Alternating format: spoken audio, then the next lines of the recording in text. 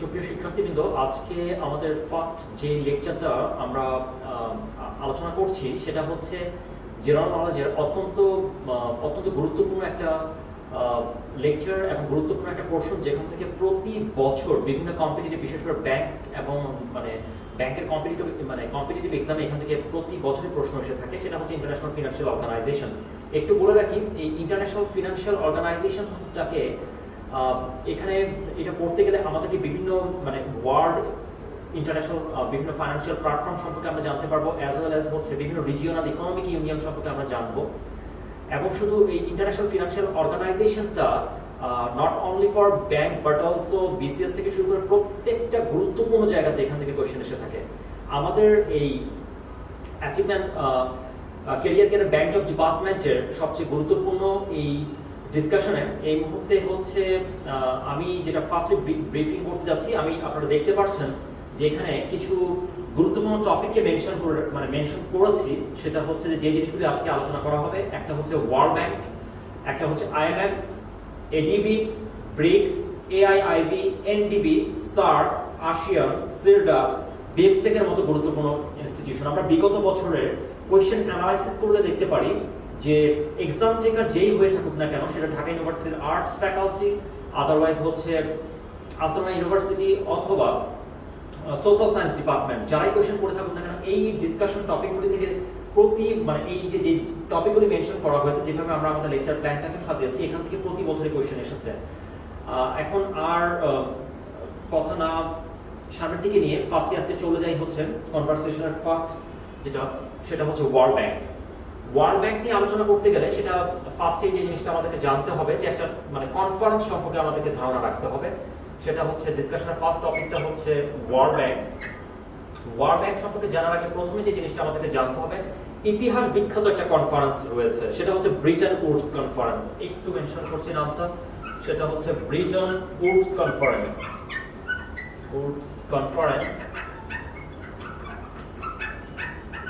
Come to the point, এই Britton Woods কনফারেন্সটা কি? Basically এই সম্মেলনের মাধ্যমে, এটা হচ্ছে ব্রিটন উডস নামক একটা স্থানে একটা সম্মেলন হয়েছিল 1944 এ। সালটা হচ্ছে 1944 সালে। স্থানটা হচ্ছে একটু বলে রাখি, সেটা হচ্ছে মার্কিন যুক্তরাষ্ট্র, দ্যাট মিন্স হচ্ছে ইউএস এর নিউ হ্যাম্পশায়ার অঙ্গরাজ্য। সেটা হচ্ছে নিউ হ্যাম্পশায়ার অঙ্গরাজ্য। প্রত্যেকটা ইনফরমেশন যেটা এখানে মেনশন করা হচ্ছে সেগুলি পরীক্ষায় আসা কোশ্চেন, এবং এখান থেকে আমরা প্রেডিক্ট করে থাকি যে এই ইনফরমেশনগুলিকে গ্যাদার করা মানে হচ্ছে জেনারেল নলেজের, বিশেষ করে ইন্টারন্যাশনাল ফিনান্সিয়াল অর্গানাইজেশন সম্পর্কে একটা কমপ্লিট প্যাকেজ প্রিপারেশন নেওয়া। নিউ হ্যাম্পশায়ার অঙ্গরাজ্যের ব্রিটন উডস নামক স্থানে, এটাও পরীক্ষায় এসেছে যে ব্রিটন উডস স্থানটি কোথায় অবস্থিত। ব্রিটন উডস নামক স্থানে, ব্রিটন উডস নামক স্থানে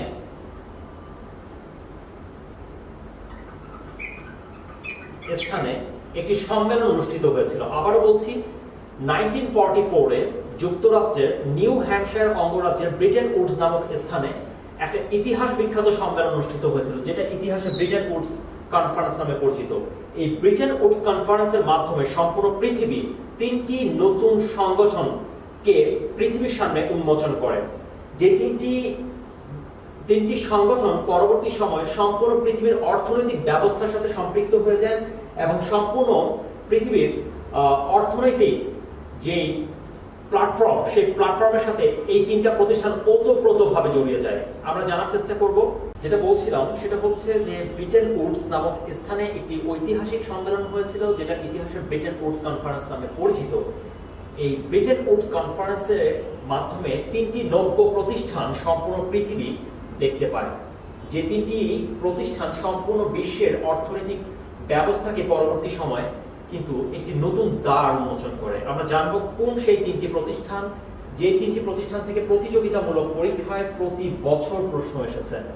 বাংলাদেশ ব্যাংকের অ্যাসিস্ট্যান্ট ডিরেক্টর থেকে শুরু করে কম্বাইন্ড জয়েন্ট রিক্রুটমেন্ট টেস্টে আমরা যদি প্রিভিয়াস মোটামুটি 5 থেকে 10টা বছরের কোয়েশ্চেনকে অ্যানালাইসিস করি, তাহলে এখান থেকে কোয়েশ্চেন আসেনি এরকম প্রশ্ন বা এরকম ক্ষেত্র খুবই কম ছিল। একটু জানি সেটা হচ্ছে কোন সেই তিনটা প্রতিষ্ঠান। ব্রিটেন উডস কনফারেন্স, এখান থেকে জন্ম নেওয়া 3টি প্রতিষ্ঠান একটু জানবো, সেটাকে আমরা বলছি প্রথমে আইবিআরডি। আরেকটি প্রতিষ্ঠানের জন্ম হয় যেটাকে আমরা বলে থাকি আইএমএফ, এবং আরেকটি প্রতিষ্ঠান সেটা হচ্ছে আইটিও। আবার বলছি ব্রিটেন উডস কনফারেন্স থেকে 1944 এর সেই ঐতিহাসিক কনফারেন্স থেকে জন্ম নেয় 3টা প্রতিষ্ঠানের ভিতরে একটি হচ্ছে আইবিআরডি, একটি হচ্ছে আইএমএফ এবং একটি হচ্ছে আইটিও। এখন আজকে আমরা জানবো আইবিআরডি আইএমএফ টা কি। আইটিওটা হচ্ছে আমাদের লেকচারের 3 তে রয়েছে, অতএব এই আইবিআরডি এবং আইএমএফ টি আমাদের লেকচার 1 এ আজকে আলোচনা করছি, দেন লেকচার 3 তে আইটিও নিয়ে আলোচনা করা হবে। অ্যাকচুয়ালি আইবিআরডি জিনিসটা কি, যেটা প্রথমে মেনশন করা হয়েছিল ওয়ার্ল্ড ব্যাংক, এই ওয়ার্ল্ড ব্যাংকই হচ্ছে আইবিআরডি। ওয়ার্ল্ড ব্যাংক, চলে আসলাম আমরা আমাদের ডিসকাশনের প্রথম ওয়ার্ল্ড ব্যাংকে।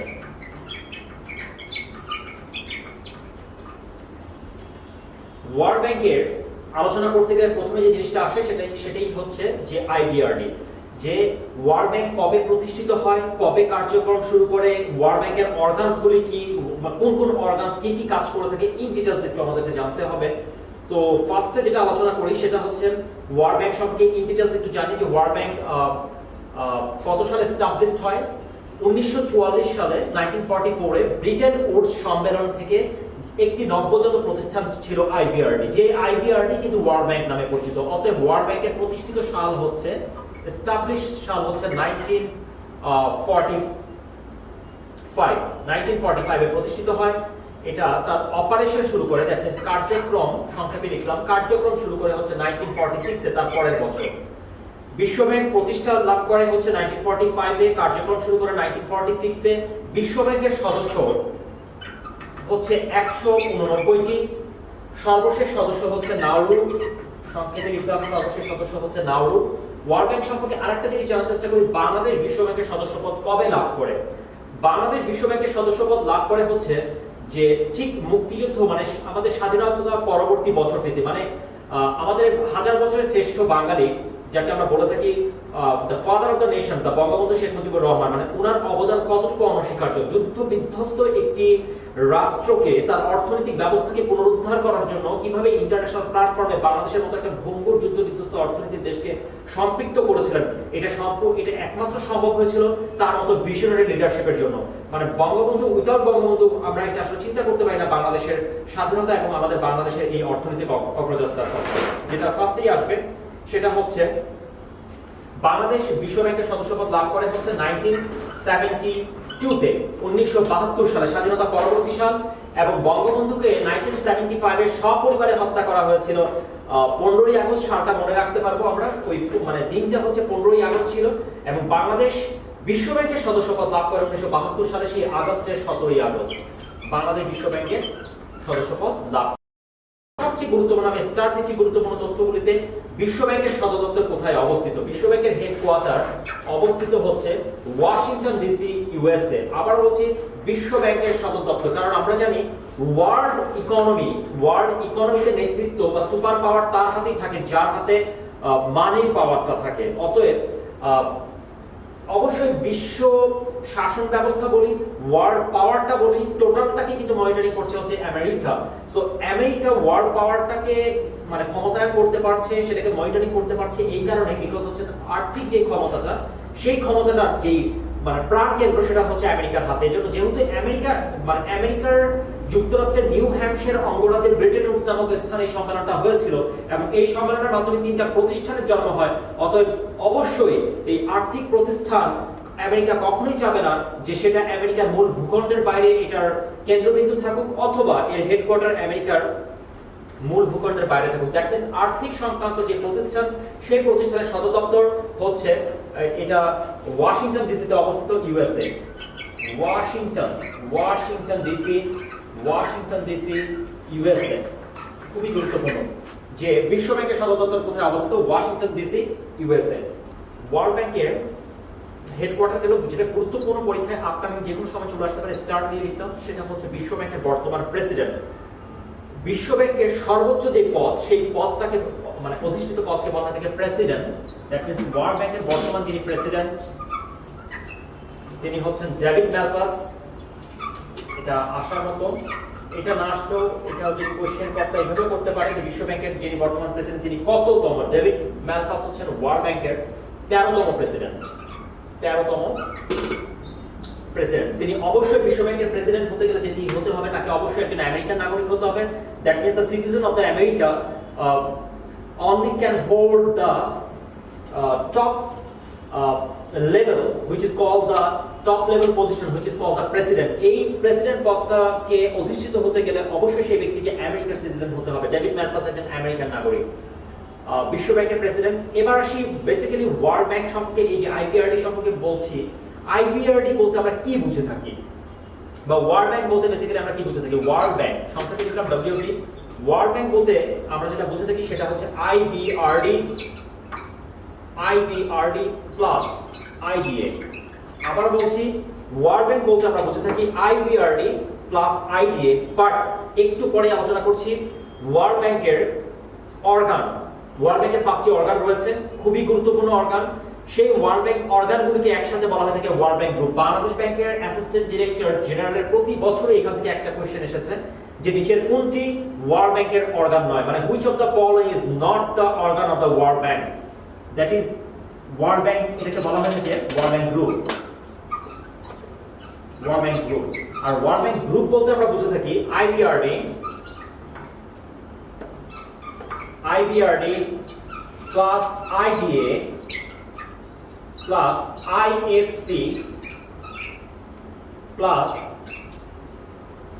আইসিএসআইডি, আইসিএসআইডি একটু নিচে লিখছি, plus MIGA, plus MIGA. World Bank বলতে আমরা শুধু বুঝে থাকি আইবিআরডি প্লাস আইডিএ, ক্লিয়ার করছি। আর ওয়ার্ল্ড ব্যাংক গ্রুপ যখন আমরা বলবো তখন সেটাকে আমরা গ্রুপ, দ্যাট মিন্স এখানে 5টা অর্গানের সমন্বয় যারা প্রত্যেকেই এক একটা ইউনিক ফিচারস নিয়ে ওয়ার্ল্ড ব্যাংকের এক একটা অপারেশনসকে পারফর্ম করে থাকে। একটা হচ্ছে তার ভিতরে অন্যতম আইবিআরডি, তার ভিতরে অন্যতম হচ্ছে আইডিএ, তার ভিতরে হচ্ছে আইএফসি, দেন হচ্ছে আইসিএসআইডি এন্ড দেন হচ্ছে মিগা। ওয়ার্ল্ড যেটা বলছিলাম ওয়ার্ল্ড ব্যাংক বলতে আইবিআরডি প্লাস আইডি কে বোঝাচ্ছি, এবং ওয়ার্ল্ড ব্যাংকের অর্গান বলতে আইবিআরডি যেটা ডায়াগ্রামে দেখালাম IBRD, IDA, IFC, ICSID and MIGA. একটু করে আমরা ডিটেইলস বেশি না, তবে এমন ভাবে জানবো যে কোনো প্রতিযোগিতামূলক পরীক্ষায় not only bank but also each and every competitive exam এখান থেকে যতই কোশ্চেন আসুক না কেন যাতে আমরা ডিফেন্ড করতে পারি। ফার্স্টে হচ্ছে আইবিআরডি। যে আইবিআরডি জিনিসটা কি? আইবিআরডি, আচ্ছা, এই আইবিআরডি এর মিনিং হচ্ছে ইন্টারন্যাশনাল, আমি সংক্ষেপে লিখলাম আইএনটি, আচ্ছা মিনিং সংক্ষেপে না লিখে পুরোটা লিখি, ইন্টারন্যাশনাল ব্যাংক ফর, দেখেন আর এন্ড ডি, আর এ হচ্ছে reconstruction, for reconstruction, international bank for reconstruction and development. IBRD এর মিনিং এটাও এসেছে। আইবিআরডি এর মিনিং কি? Development. International bank for reconstruction and development. IBRD basically world ব্যাংকের মূল কার্যক্রম পরিচালনা করে থাকে। ওয়ার্ল্ড ব্যাংকের, এটা প্রশ্ন এসেছে, বিশ্ব ব্যাংকের মূল কার্যক্রম পরিচালনা করে নিচের কোন সংস্থাটি মূল কার্যক্রম পরিচালনা করে? মূল কার্যক্রম পরিচালনা করে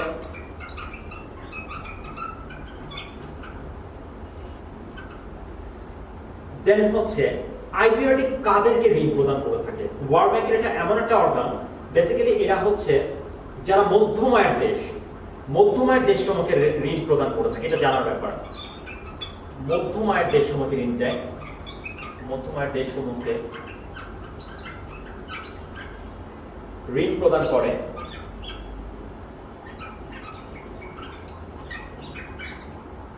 ঋণ প্রদান করে থাকে আইবিআরডি, মধ্যমায়ের দেশসমূহকে ঋণ প্রদান করে থাকে। ঋণ প্রদান করার ক্ষেত্রে যেহেতু আমি একটা কথা বলেছি মধ্যমায়ের, অতএব মধ্যমায়ের দেশসমূহকে যখন বিশ্ব ব্যাংক ঋণ প্রদান করবে তখন অবশ্যই বিশ্ব ব্যাংক কিন্তু কঠোর নীতি অনুসরণ করে। এজন্য আমরা বলে থাকি ঋণ প্রদানের ক্ষেত্রে এরা অনেকটাই, একটু পরে আলোচনা করব, আইডিএ, আইডিএর বিপরীত হিসেবে কাজ করে। দ্যাট মিন্স হচ্ছে আইডিএর বিপরীত হওয়া মানে হচ্ছে আইবিআরডি যখনই যাদের আয়ের অবস্থা ভালো, যারা মধ্যম আয়ের রাষ্ট্র, তাদেরকে ঋণ প্রদান করার ক্ষেত্রে অবশ্যই বিশ্ব ব্যাংকের কন্ডিশন থাকবে যে তোমাদেরকে আমি 10 বছরের জন্য ঋণ প্রদান করছি, তবে ঋণ প্রদানটা যেটা আমি করছি সেটা যাতে অবভিয়াসলি খুব স্বল্প সময়ের ভিতরে তোমরা রিটার্ন করো। এর জন্য ঋণ প্রদানের ক্ষেত্রে এরা অত্যন্ত কঠোর নীতি অনুসরণ করে, যেহেতু ওদের আয়ের অবস্থা ভালো। কঠোর নীতি অনুসরণ করে, কঠোর নীতি অনুসরণ করে। আইবিআরডি, মোটামুটি আইবিআরডি এতটুকু আমাদের জানাটাই এনাফ যে এটা মিনিং হচ্ছে international bank for reconstruction development. এখান থেকে পরীক্ষায় এসেছে বারবার দুইটা কথা, একটা হচ্ছে মিনিংস স্টার্ট দিলাম, আর একটা হচ্ছে বিশ্ব ব্যাংকের মূল পার্ট মানে কার্যক্রম পরিচালনা করে থাকে। দ্যাট মিন্স আইবিআরডি যার কথা, ওয়ার্ল্ড ব্যাংক একই কথা। সেকেন্ড অর্গানে আসি, সেটা হচ্ছে IDA. It's very very important for Bangladesh bank upcoming AD exam. IDA, IDA এর মিনিং কি? পরীক্ষায় এসেছে অনেকবার, প্রাইভেট ব্যাংকের কথা বাদই দিলাম, গভর্নমেন্ট ব্যাংকে অনেকবার এসেছে। IDA international development association. এই জায়গাতে আমি একটু সংক্ষেপে লিখছি, আইএনটি দ্বারা বুঝতে পারবেন বা আপনারা বোঝার চেষ্টা করবেন। That is called international. একই ওয়ার্ড বারবার লিখছি না, কিন্তু যেহেতু এটা একটা মানে কি বলবো, IDA this is the symbol, এটা আই রিপ্রেজেন্ট করে ইন্টারন্যাশনাল। সো আইএনটি দ্বারা আপনারা ইন্টারন্যাশনাল বুঝে নেবেন। International development association, international development association, development association, association.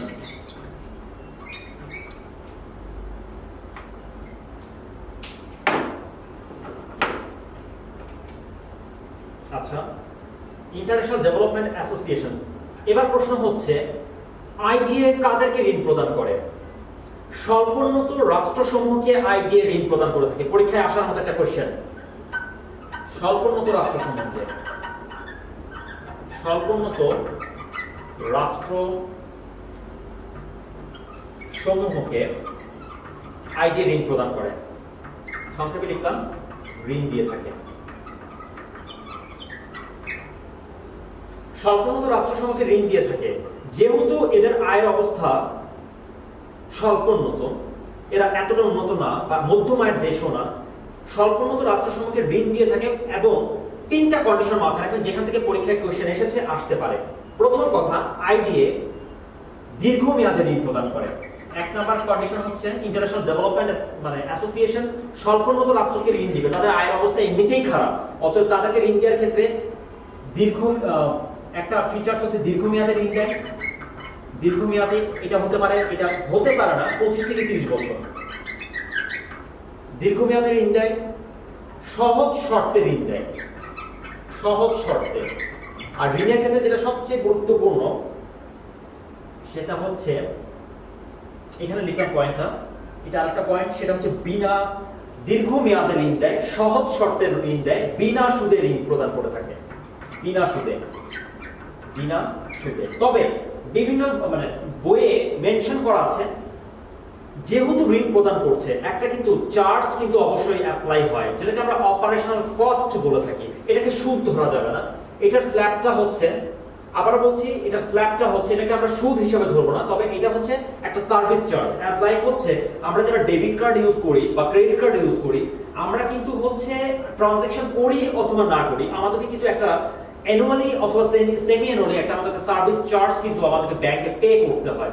As the same এই স্ল্যাবটা হচ্ছে 1.25 থেকে 2.8%। অনেক বইয়ে লেখা আছে যে সুদের রেটটা হচ্ছে 1.25 থেকে 2.8। এটা বেসিক্যালি হচ্ছে এটা সার্ভিস চার্জ, ঋণ দেওয়ার ক্ষেত্রে সার্ভিস চার্জ প্রদান করা হয়ে থাকে।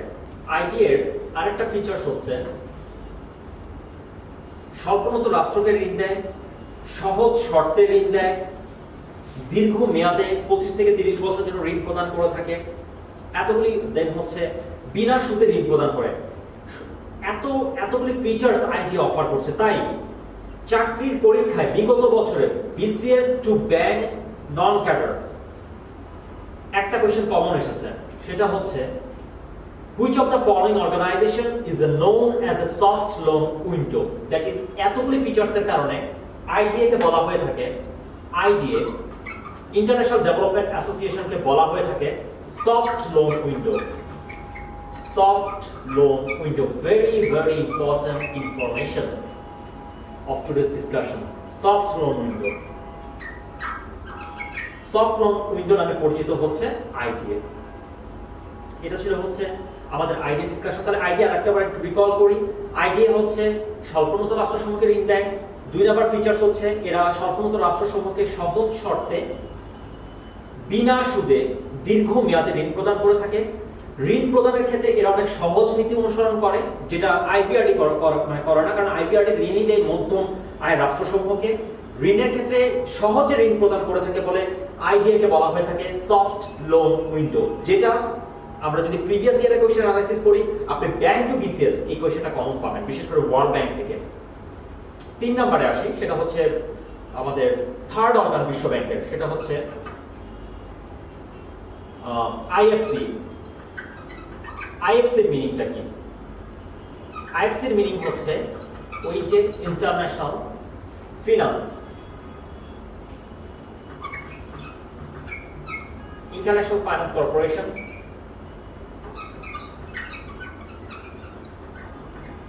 International finance corporation. আচ্ছা, এখানকার শব্দ হচ্ছে ফাইন্যান্স। এই ফাইন্যান্স থেকে আমাদেরকে বুঝতে হবে বেসিক্যালি এই বিশ্ব ব্যাংকের এই সংস্থাটা, এই অর্গানটা যেটা নিয়ে কাজ করে থাকে, সেটা হচ্ছে ব্যক্তি মালিকানাধীন খাতে, আবারও বলছি ব্যক্তি মালিকানাধীন খাতে ঋণ প্রদান করে থাকে, এন্টারপ্রেনারদেরকে ঋণ প্রদান করে থাকে। সহজ কথা, ব্যক্তি মালিকানাধীন খাতে, তাও পয়েন্টটা নোট করে দিচ্ছি, ব্যক্তি মালিকানাধীন খাতে ঋণ প্রদান করে। ব্যক্তি মালিকানাধীন খাতে, ব্যক্তি মালিকানাধীন খাতে ঋণ প্রদান করে থাকে।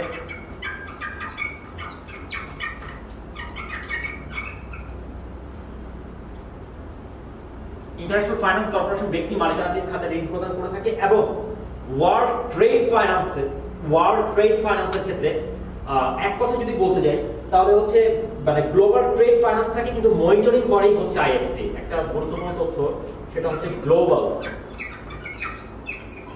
ট্রেড ফাইন্যান্স, যেটা মানে বাণিজ্যের সাথে, এক কথায় ট্রেড মানে বাণিজ্য, ফাইন্যান্স মানে অর্থায়ন। ওয়ার্ল্ড গ্লোবাল ট্রেড ফাইন্যান্সের যে কার্যক্রম, সেই কার্যক্রমটাকে মনিটরিং করা বলি, ইমপ্লিমেন্টেশন করা বলি, সেটা কিন্তু আইএফসি করে থাকে। আবারও বলতেছি, এটা হচ্ছে একটা ইন্টারন্যাশনাল ফাইন্যান্স কর্পোরেশন। এই কর্পোরেশনটা ওয়ার্ল্ড ব্যাংকের হয়ে ব্যক্তি মালিকানাধীন খাতে ঋণ প্রদান করে থাকে, এবং এটা গ্লোবাল ট্রেড ফাইন্যান্স, যেটা সেই ট্রেড ফাইন্যান্সটাকে বাস্তবায়ন করে।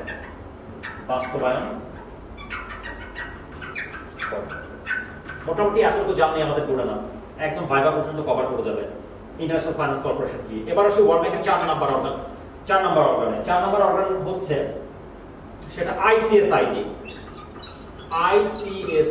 এটাও মিনিং এসেছে যে আইসিএসআইডি স্ট্যান্ডস ফর, মানে 4টা অপশন থাকবে, you have to pick the right one, which one the right abbreviation of the ICSID. ICSID meaning হচ্ছে, আইতে হচ্ছে ইন্টারন্যাশনাল, সংক্ষেপে লিখলাম।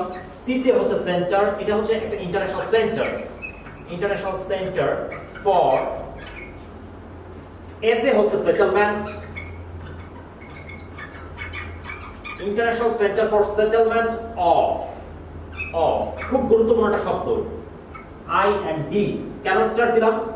এই দুইটা ওয়ার্ডের মিনিং এর উপরে কিন্তু আপনি এটা সম্পর্কে ধারণা রাখতে পারবেন যে এটা হচ্ছে একটা international centre for settlement of investment disputes. Investment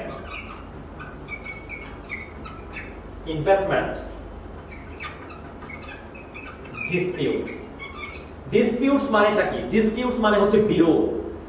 আবার বলছি, এটা হচ্ছে একটা আন্তর্জাতিক সেন্টার যারা সেটেলমেন্ট করে থাকে। সেটেলমেন্ট শব্দের অর্থ হচ্ছে মীমাংসা করা।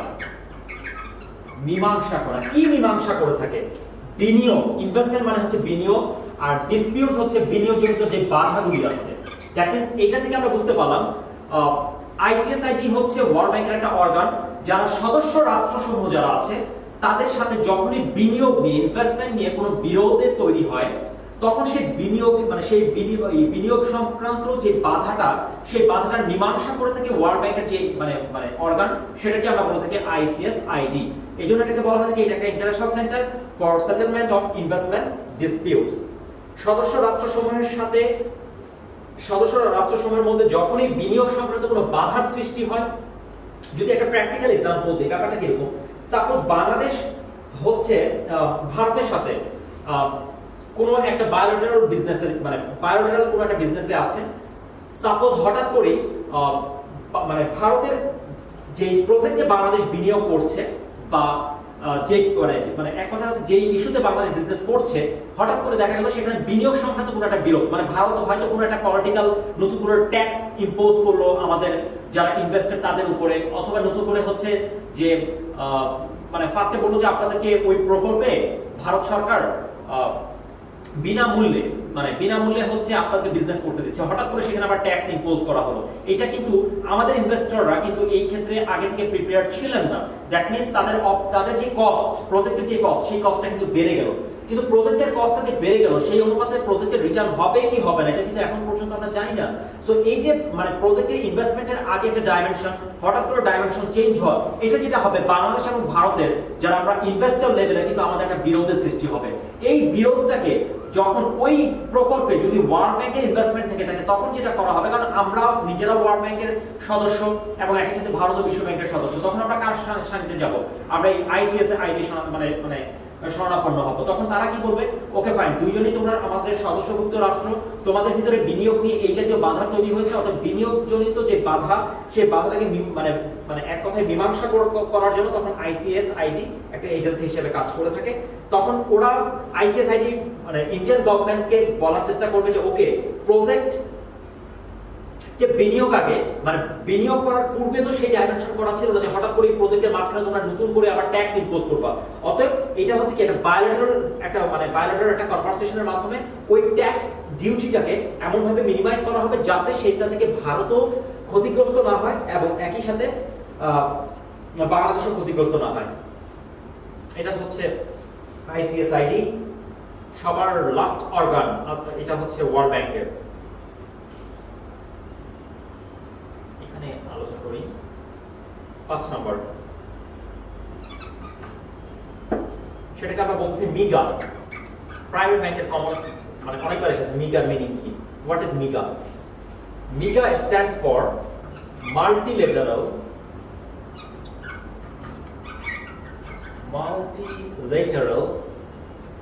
ইনভেস্টমেন্ট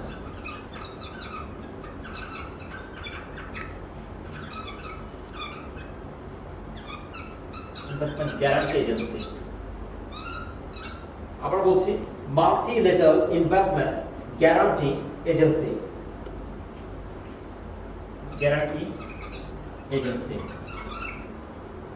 যেখানে ছিলাম মিগা, ওয়ার্ল্ড ব্যাংকের লাস্ট অর্গান, সেটা হচ্ছে যেটা বললাম যে মিগা, একটু আগে বললাম মিগা যে মাল্টিলেটারাল ইনভেস্টমেন্ট গ্যারান্টি এজেন্সি।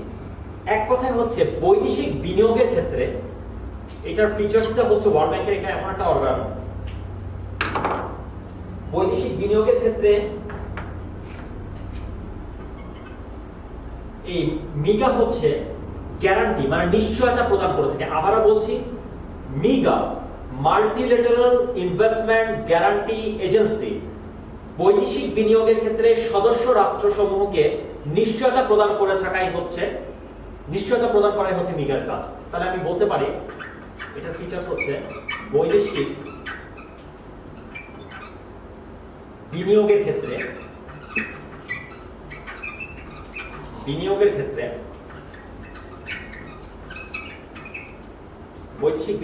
হচ্ছে নিশ্চয়তা প্রদান করে।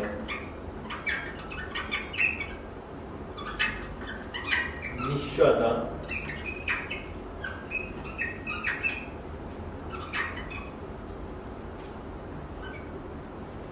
প্রদান করে,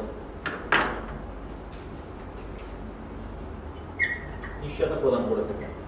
এই ছিল হচ্ছে ওয়ার্ল্ড ব্যাংকের গুরুত্বপূর্ণ 5টি অর্গান। আবার বলছি বিশ্ব bank, that is IBRD, Britain Woods কনফারেন্সের মাধ্যমে 1945 এ জন্ম নেয় একটা প্রতিষ্ঠান, যে প্রতিষ্ঠানটি পরবর্তীতে ওয়ার্ল্ড ইকোনমির সিনারিওর সাথে কিন্তু এক কথায় ওতপ্রোতভাবে জড়িয়ে যায়। কেন জড়িয়ে যায়? কারণ ওয়ার্ল্ড ব্যাংক সবচেয়ে গুরুত্বপূর্ণ জায়গাগুলিতে কিন্তু বিভিন্ন রাষ্ট্রে বিভিন্ন মেগা প্রজেক্টে ওয়ার্ল্ড ব্যাংকের কিন্তু ফাইন্যান্সিং আছে। বিভিন্ন রাষ্ট্র ডিরেক্টলি ইনডিরেক্টলি কিন্তু ওয়ার্ল্ড ব্যাংকের উপর নির্ভরশীল। ইভেন বিশ্ব ব্যাংকের সবচেয়ে গুরুত্বপূর্ণ যে জায়গাটা সেটা এই যে স্বল্পোন্নত রাষ্ট্রসমূহকে ঋণ প্রদান করে থাকা। একাধারে কিন্তু আমি এই ওয়ার্ল্ড ব্যাংকের 5টা অর্গান নিয়ে আলোচনা করলাম। যে ওয়ার্ল্ড ব্যাংক বলতে আমরা বুঝে থাকি আইবিআরডি এবং আইটিএ কে, ঠিক আছে। আর ওয়ার্ল্ড ব্যাংক গ্রুপ বলতে আমরা বুঝি প্রথমত হচ্ছে আইবিআরডি, দ্বিতীয়ত হচ্ছে আইডিএ, তৃতীয়ত হচ্ছে আইএফসি, চতুর্থ হচ্ছে আইসিএসআইডি এবং পঞ্চম হচ্ছে মিগা। এখানে একটা কথা, আইডিয়াতে মানে বিশ্বব্যাংক কোন কোন খাতে ঋণ প্রদান করে থাকে, যদি আমি স্বল্পোন্নত রাষ্ট্রগুলির ক্ষেত্রে যাই, ওয়ার্ল্ড ব্যাংক ইনফ্রাস্ট্রাকচার ডেভেলপমেন্টের ক্ষেত্রে ঋণ প্রদান করে থাকে। ভাইবার ক্ষেত্রে এগুলো জিজ্ঞেস করা হয়ে থাকে। ওয়ার্ল্ড ব্যাংক কিছু মানে অপারেশন সম্পর্কে একটু বলো, যে তখন বলতে হবে যে ওয়ার্ল্ড ব্যাংক বিশেষ করে যদি স্বল্পোন্নত রাষ্ট্রগুলির দিকে আমি তাকিয়ে থাকি বা আমরা যদি দেখি তাহলে জানতে পারেন, এটা আমরা একটু খেয়াল করলে দেখতে পারবো যে বিশ্ব ব্যাংক স্বল্পোন্নত রাষ্ট্রসমূহের অবকাঠামো উন্নয়নে ঋণ প্রদান করে, মানসম্পন্ন শিক্ষা ব্যবস্থা নিশ্চিত করার জন্য ঋণ প্রদান করে থাকে, সুপেয় পানি এবং পয় নিষ্কাশনের ক্ষেত্রে ওয়ার্ল্ড ব্যাংক ঋণ প্রদান করে থাকে। তারপর হচ্ছে প্রযুক্তিগত উন্নয়নের জন্য ওয়ার্ল্ড ব্যাংক ঋণ প্রদান করে থাকে। তারপর হচ্ছে দারিদ্র, যেটাকে আমরা বলে থাকি যে পভার্টি অ্যালিভিয়েশন, দারিদ্র বিবেচনা মানে দারিদ্র বিমোচনের ক্ষেত্রে বিশ্ব ব্যাংক ঋণ প্রদান করে থাকে। এরকম ওয়ার্ল্ড ব্যাংক মানে বিভিন্ন অপারেশনসে এটা হচ্ছে স্বল্পোন্নত রাষ্ট্রসমূহকে কিন্তু ঋণ প্রদান করে থাকে। তার মানে কি প্রশ্ন আসে, উন্নত রাষ্ট্রকে ঋণ প্রদান করে না? মানে মানে মধ্যমার দেশসমূহকে ঋণ প্রদান করে না? অবশ্যই করে, কিন্তু আমি যে ফিচার্স গুলির কথা বললাম সেটা হচ্ছে স্বল্পোন্নত রাষ্ট্রসমূহকে কি কি ফিচার্সে মানে বিশ্ব ব্যাংক ঋণ প্রদান করে থাকে। এটাই হচ্ছে ওয়ার্ল্ড ব্যাংক রিলেভেন্ট আলোচনা। সেকেন্ড আজকের ডিসকাশন টপিকে চলে যাব, গুরুত্বপূর্ণ, এটা হচ্ছে ব্রিটেন উডস কনফারেন্সের মাধ্যমে জন্ম নেওয়া আরেকটি গুরুত্বপূর্ণ প্রতিষ্ঠান, that is called IMF. IMF মানে হচ্ছে ইন্টারন্যাশনাল মনিটারি ফান্ড, আন্তর্জাতিক মুদ্রা তহবিল। আইএমএফ ইন্টারন্যাশনাল, আইএমএফ এর মিনিং হচ্ছে international monetary fund. Monetary fund, fund, এই মনিটারি শব্দের অর্থ হচ্ছে মুদ্রা, আন্তর্জাতিক মুদ্রা, আর ফান্ড আমরা জানি হচ্ছে তহবিল,